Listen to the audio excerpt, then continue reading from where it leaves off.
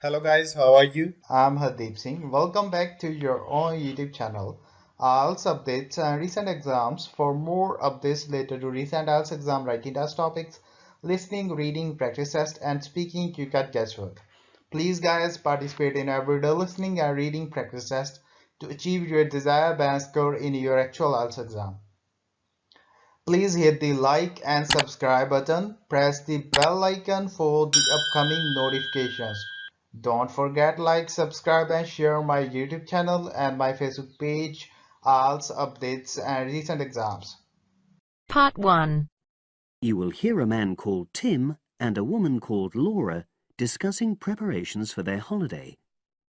First, you have some time to look at questions 1 to 6.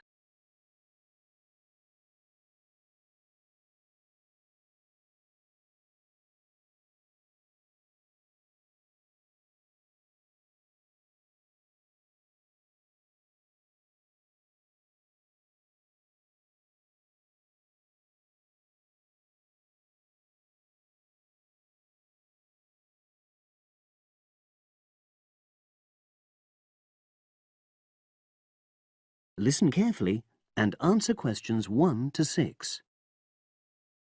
Our plane tickets arrived this morning. It reminded me how much there is to do before we go. Let's write everything down, shall we, so we don't forget anything? Yes. And last time we went away, we almost forgot to collect our currency from the bank. So let's start with that. Good thinking.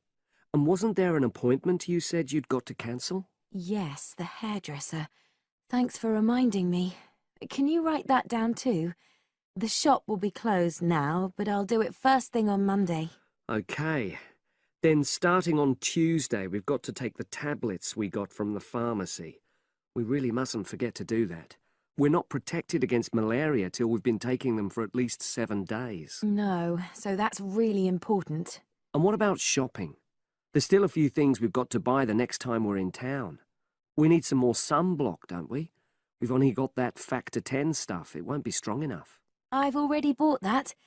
But what we do still need to get is sunglasses. The ones I've got aren't good enough, and I don't think yours are either.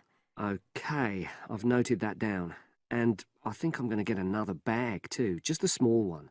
We always seem to come back with more things than we take. Shall we get an extra lock for our suitcase as well, just in case the one we've got breaks? They don't seem to last long. Yes, they are a bit flimsy. Okay, right. Oh yes, and we need an adapter for our electrical things, your hairdryer and my shaver. The plugs on them are bound to be the wrong type. We could get one at the airport. They always have them there. Well, I'd rather get it beforehand, so I'm writing it down. And then I think that's it, isn't it? I think so, as far as shopping's concerned. But we also need to order a taxi to take us to the airport. We should do that well in advance.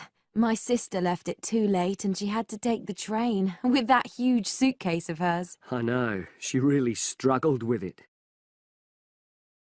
Before you hear the rest of the conversation, you have some time to look at questions 7 to 10.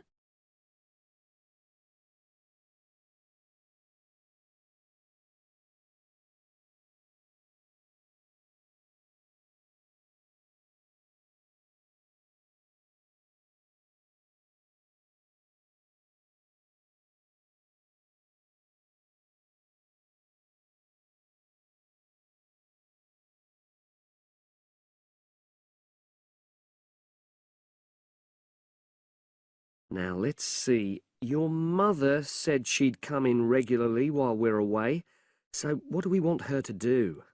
I'll write some instructions and we can give them to her tomorrow. Good idea. Well, the cat's the main thing. Okay. Feed the cat. We ought to leave her the vet's details as well, just in case there's a problem. Yes. Have you got them handy? Hang on, I'm just looking. Yes, his name's Colin Jeffrey. Is that spelt with a G? Actually, it's Jeffrey. Quite an unusual spelling, isn't it? And his number? 077 594 128. It's a mobile. Okay. And you should write down where it is. It's 4th Street, not sure what number, but it's next to the bus stop, isn't it? That's not a very good landmark, but it's on the other side of the road to the church, so I'll tell her that. Let's hope she won't need a vet anyway. Yes. Right, apart from that, there are the plants to water.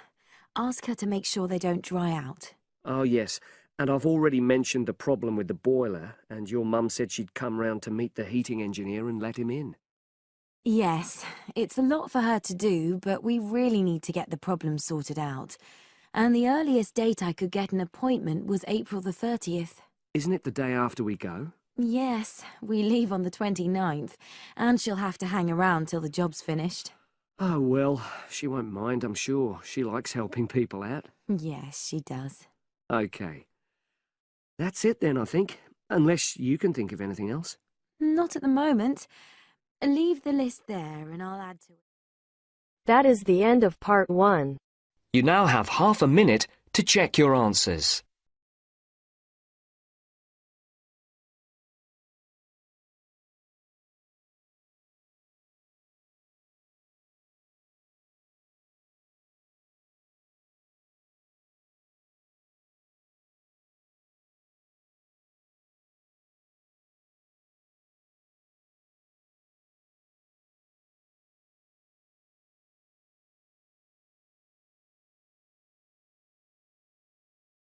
Now turns to part 2. You will hear a talk on local radio about a short film festival in the town of Adborne. Now you have some time to look at questions 11 to 16.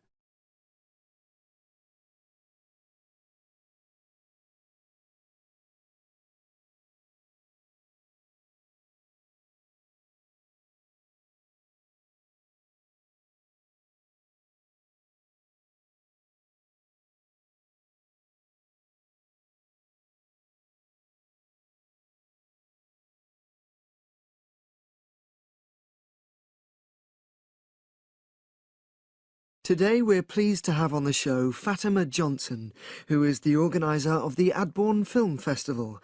Welcome, Fatima. Hello. Can you tell us a bit about the background to the festival and what it brings to the town? Well, the festival was started in 1996 by the then Mayor of Adborne, Joanne Smith. She wasn't a filmmaker herself. She'd actually been a very energetic tourism development officer for many years. But Adborne had run a classical music festival, which had been becoming less and less popular in recent years. Joanne was looking around for something to replace it, and to use funds allocated to it to promote something which local people can enjoy. Great. So tell us about the festival nowadays. Well, it's held in the last 2 weeks of August every year, and short films from all over the world are shown in 3 places, in the theatre and our 2 cinemas. Several films are shown in one performance, and the whole thing lasts about 90 minutes. Tickets are very reasonably priced. Under 12s used to get in for 50p, but now we charge just £1, which is still very good value. £1.50 for students and £2.50 for everyone else. Performances are advertised all round town and also on our website, www.adbornefest.com. If you're interested in attending any performance, you can buy tickets online, of course, and you can also get them in the library, which is right next to the main shopping area. I'm afraid this year tickets are no longer available from either of the 2 cinemas because of restricted opening times. I understand you also run a film competition? Yes, for under 18s. We have a different theme every year.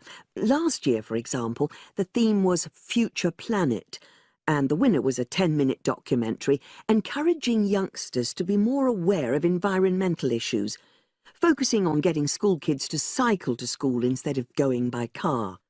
This year, the theme is Sporting Nation, so there'll also be lots of ideas to choose from. Now, we're always on the lookout for new local talent, so if you live in the Adbourne area and are under 18, you should have a go. We have an excellent prize every year donated by local businesses, shops, hotels, etc. This year, you can win a high-spec movie camera worth over £800. Application forms are on the website, and the deadline for sending in your film to enter the competition is the last day of July. It's May now, so you'll have the whole of June to be working on it. Now you have some time to look at questions 17 to 20.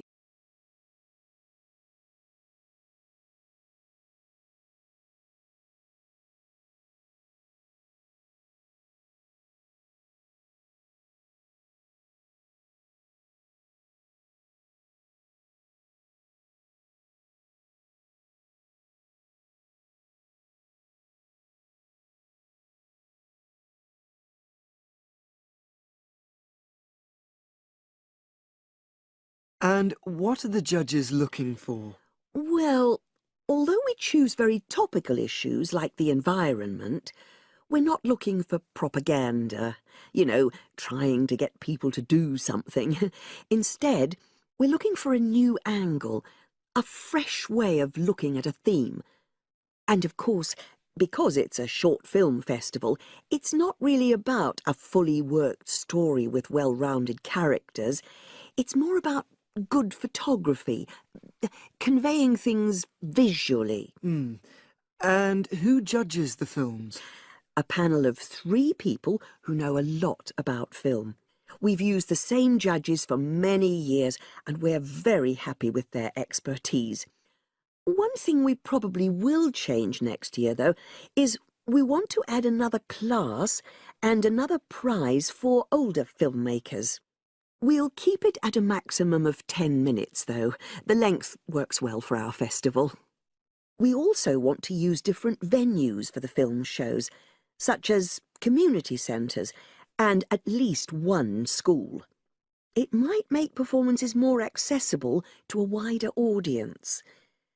We did explore the possibility of having late-night showings, but that's unlikely to happen in the coming year.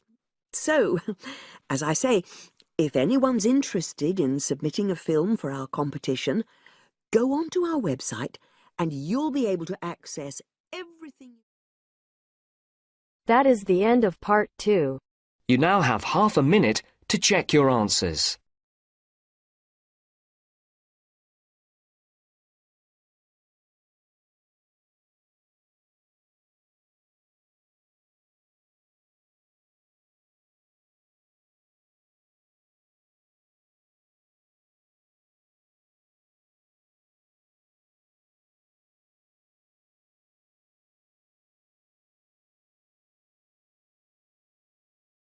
Now turns to part 3. You will hear a discussion between 2 science students. First, you have some time to look at questions 21 to 25.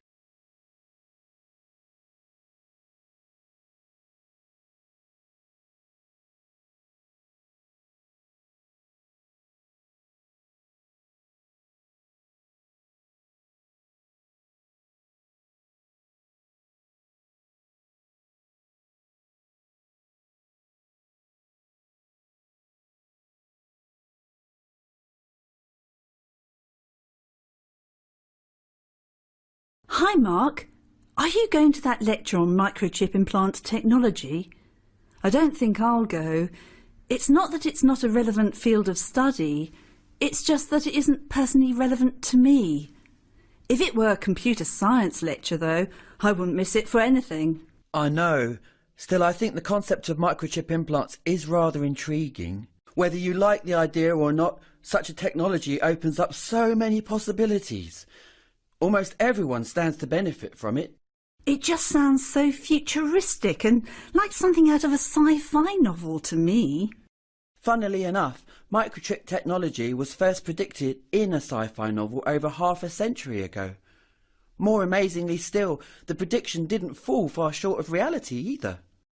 But what sort of person would implant a microchip in their body? Oh, I don't know. Gadget and techie enthusiasts for one.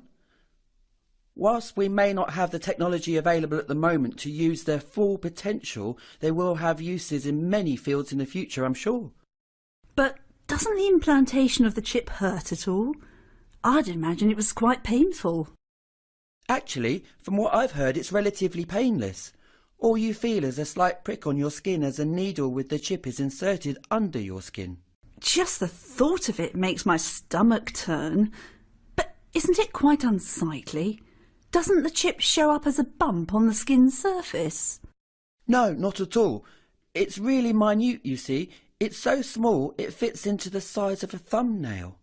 Well, it's certainly not my thing for sure. I think you ought to come to the lecture, though. You might change your mind. No, you go. If you find out anything interesting, then you can tell me. I'll be around on campus for at least the rest of the afternoon. OK, you're on. Great. We'll meet after the lecture then. See you. Bye. Before you hear the rest of the discussion, you have some time to look at questions 26 to 30.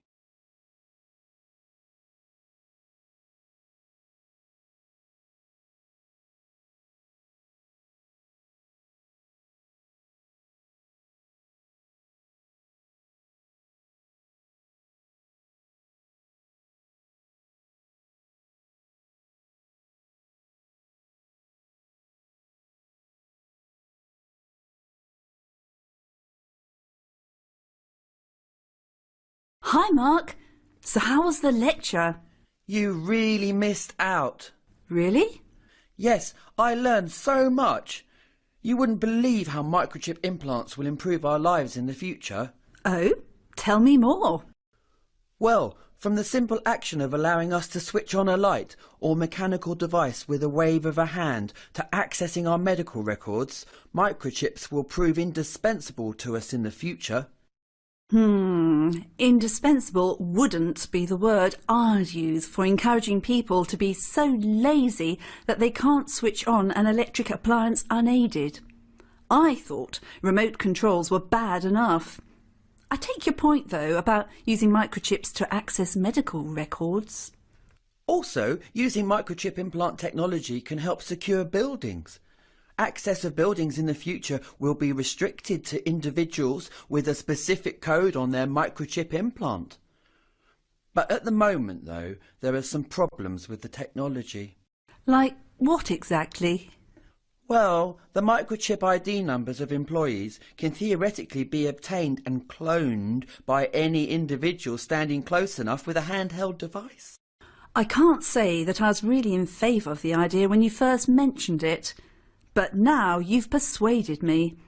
If it's so easy to breach security, then you're really defeating the whole point of the object, aren't you? By using microchips to secure a building. Guess so.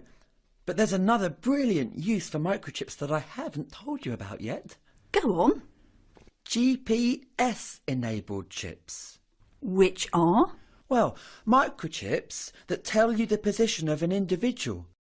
Like a GPS that tells you the direction when you're in a car, but these tell you where someone is when they're lost and, say, if they're injured or in danger, they can be found easily. So it's a bit like the microchips that are already used on pets?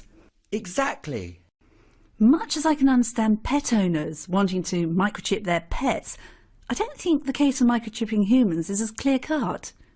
I mean, is it wise for an individual's movements to be known to everyone? That could place some individuals, such as political activists and those escaping persecution, under threat. Doesn't seem like you're a great fan of microchip implants, then. Their uses do at best seem rather limited. Well, you won't catch me having a microchip implant in the near future, that's for sure. That is the end of part 3. You now have half a minute to check your answers.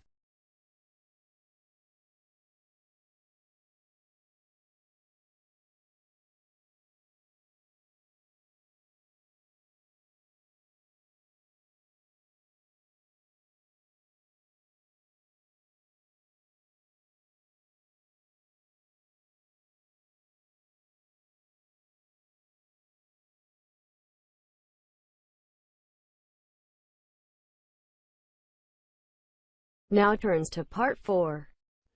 You will hear part of a science lecture. First, you have some time to look at questions 31 to 40.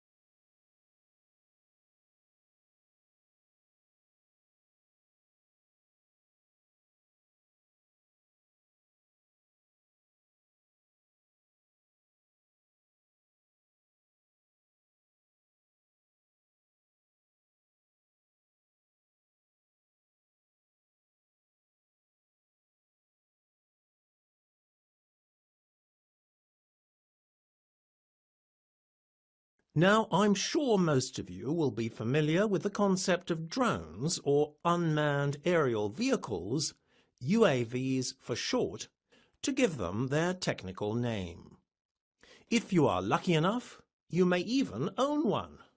In fact, they are becoming so popular amongst gadget lovers that the sales of consumer drones were up by 24% in 2014. It is certainly a technology that is catching on fast and seems to have captured the public's imagination. People of all ages are seemingly fascinated by UAVs, whether the interest is professional or purely recreational. In fact, so far most members of the public tend to view UAVs as no more than a very sophisticated and expensive toy. As confirmation of this, Selfridges, the well-known London department store, has described them as the ultimate toy that spans the generations. However, in this lecture, I would like to talk about the more serious side to UAVs and how they may revolutionize the world of business as well as employment. With regard to the job sector, analysts predict that the market for drones could be worth billions. In the US alone, drones could create up to 70,000 jobs in this booming new industry. This would definitely be a boost to employment in a time where so many industries are replacing their workers with machines. The consumer end of the market, though, is a mere drop in the ocean. The potential for drones to revolutionize the way we do business is where the real opportunity lies, and Britain has the potential to become the world leader. Probably the most novel and groundbreaking use for UAVs is as an e-commerce delivery service. However, the idea has yet to get off the ground, literally. In principle, the idea is an excellent one. Consumers order items from an internet site, and the order is dispatched and delivered to your door by an unmanned drone within minutes. The mail-order giant Amazon first conceived of drones as a delivery service in the US, but plans stalled, leading many to question if the whole proposition was merely a marketing stunt. More likely, though, the proposed drone delivery service conflicted with aviation rules as laid down by the US Federal Aviation Administration. The biggest problem in the US is that they've invested $5 billion in a new traffic control system. But it was years before drones were on the radar. Therefore, aviation laws are not compatible with or accommodate for UAVs. The UK, however, has much more relaxed aviation laws. Drones are permitted as long as they do not fly in crowded areas, as defined by the Civil Aviation Authority. It therefore makes the UK a very attractive country to develop the e-commerce delivery system in. Whilst the UK is trying to set up and run a drone-based delivery service, Britain is already a leader in the field of drone-based aerial photography. If you think about it, the potential for such photography is huge. Not only does it allow you to take photos that could only previously be taken from an aircraft or even hot air balloon, but drones can get much closer to their subject. This is obviously a great advantage if taking photos of dangerous wildlife on safari. For the moment, drone-based aerial photography is especially popular for weddings. It's a bit of one-upmanship for the bride and groom, really. I think most people are bored with the usual cliched settings of a church with a countryside backdrop. Well, so far, I've talked about all the positive aspects of UAVs, but we shouldn't forget that there have also been some problems experienced by those using this technology. Many of the problems have arisen because of a handful of hobbyists who are giving the industry a bad name. The issue mainly is with cheap drones flown by people without licenses. Because in the UK, unlike the US, a driver's license is officially required to fly a UAV. When someone flies a drone outside a controlled area like a park, you're heading for trouble. Only recently, an accident caused by a drone made headlines. A photographer was injured in TGI Fridays when a stunt using a drone spectacularly backfired. That might be bad enough, but an even more serious incident occurred recently when a drone had a near miss with an Airbus A320 as it began its descent into Heathrow Airport. However, that said, with stricter regulations in place, Britain could soon see e-commerce delivery systems 24 hours a day and may become a leading centre for imagery shot by drones. It certainly is a burgeoning industry, where, if you pardon the pun, the sky's the limit. That is the end of part 4. You now have half a minute to check your answers. So guys, don't forget like, subscribe and share my YouTube channel and my Facebook page, IELTS updates and recent exams. For more updates related to recent IELTS exam writing test topics, listening, reading, practice test and speaking, you got guesswork. Please guys, participate in everyday new IELTS listening and reading practice tests to achieve your desired band score in your actual IELTS exam. For more IELTS material, visit my official website www.ieltsupdatesandrecentexams.com. The link is given below in the description. If you need PDF files of latest IELTS material, then please join my Telegram channel. So guys, please write your score below the comment section. Again, thanks for listening. God bless you all guys. Stay tuned, stay safe.